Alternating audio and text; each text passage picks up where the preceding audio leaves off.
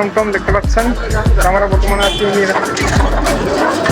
চা বাগানে, টিপরাথরা চা বাগানের ভিতর থেকে স্থানটি দেখছি। তো বর্তমানে আমরা আছি টিপরাথরা চা বাগান প্রাথমিক হাই স্কুলের পাশে দিয়ে আমরা যাচ্ছি। নাহারপুঞ্জি পাহাড়ের রাস্তা উঁচু নিচু থাকার কারণে আমরা টমটমকে খুবই কেয়ারফুলভাবে নেওয়ার চেষ্টা করছি। আমরা ধরে ধরে টমটমকে নেমেছি এবং ধাক্কা দিয়ে টমটমকে পাহাড়ের উঁচু স্থানে নিয়ে গিয়েছি। অবশেষে আমরা নাহার চা বাগানের গেটে এসে আমরা অবস্থান নেই। এরপর গেটম্যানের অনুমতিক্রমে আবার আমরা ভিতরে রওনা দিই। এগুলো হলো ওয়াটার ট্যাঙ্ক, দেখতে পাচ্ছেন বিশুদ্ধ পানি ব্যবহার। এটা হলো নাহারপুঞ্জি।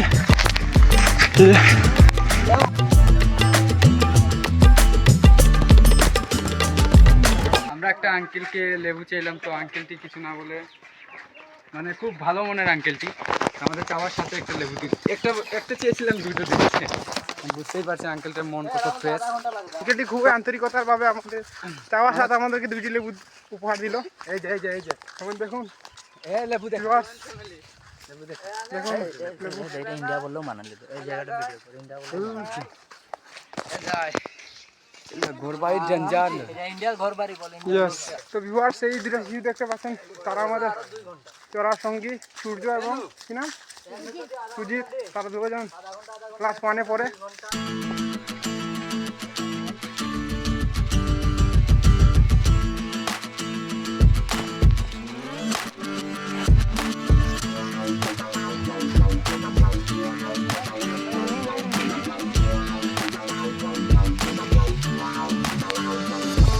আমরা চলে এসেছি সেই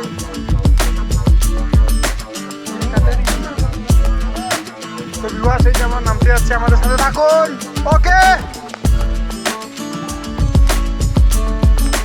আস্তে রে দাঁড়া তোদেরকে ভিডিও চলাবে না, জলদি গেলে কেমন হবে? ও দাদা দাঁড়া,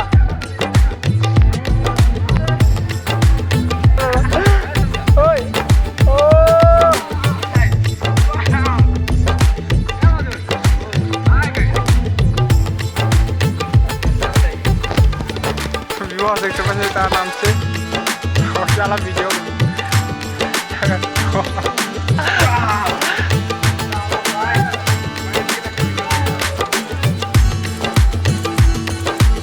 ও মাই গড,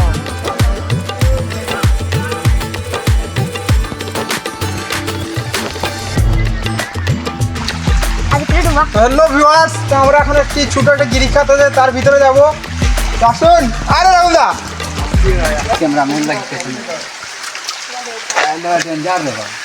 সেরানো জায়গাটা। তো হ্যালো গাইস, আমরা এখন চলে এসেছি ইন্ডিয়ার ভিতরে একটা জায়গাতে।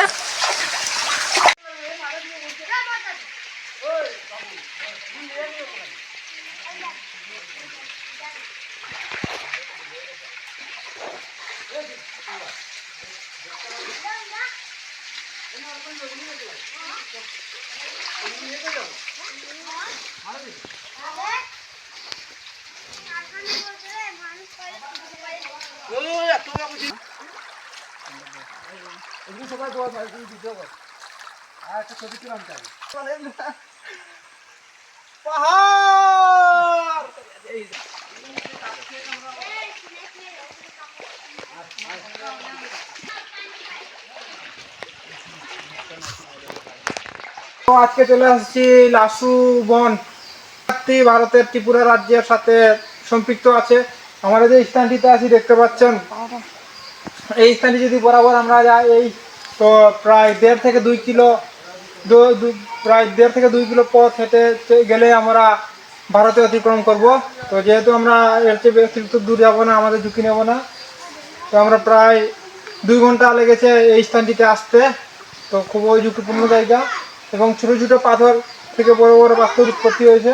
এই যে দেখতে পাচ্ছেন লাসু বন গিরিখাতে আছি, খুবই অসাধারণ একটি দৃশ্য। আমরা টমটমে করেছিলাম, তো ভিউগুলো দেখুন, উপরে বাঁশ গাছ এবং কলাফুল গাছ, এবং আরেকটা দেখলাম যে এখানে অসংখ্য ছোট ছোট ছোট ছোট ঝর্ণা আছে। সেই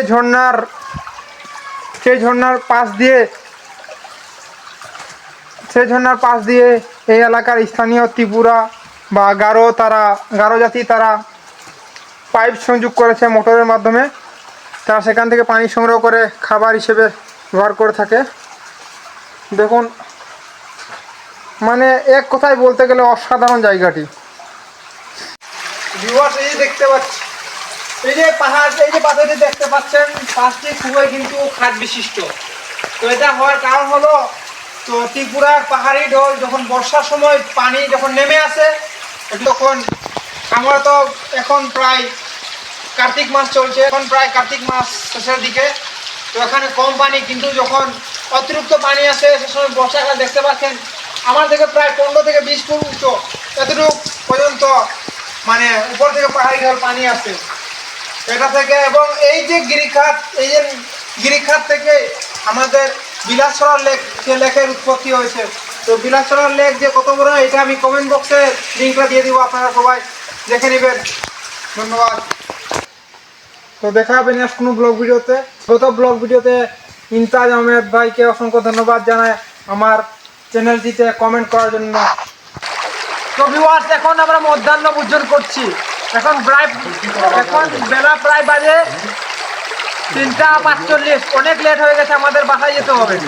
আর যে টিলা টাক্কর বেয়ে এসেছে, আমাদের মাথা খারাপ হয়ে যাবে রে ভাই। 1 2 3।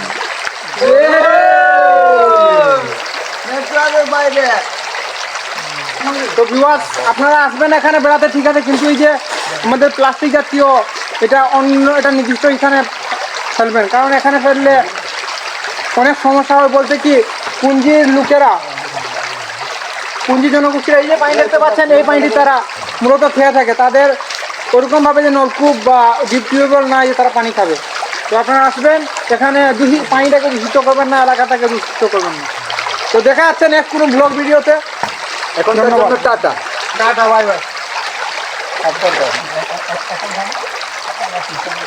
ও গাইস, আরে ভিউয়ার্স, আমার মোবাইল ছেড়ে চলে যাচ্ছে, দুধ, কত বড় খারাপ একটা ভিডিও।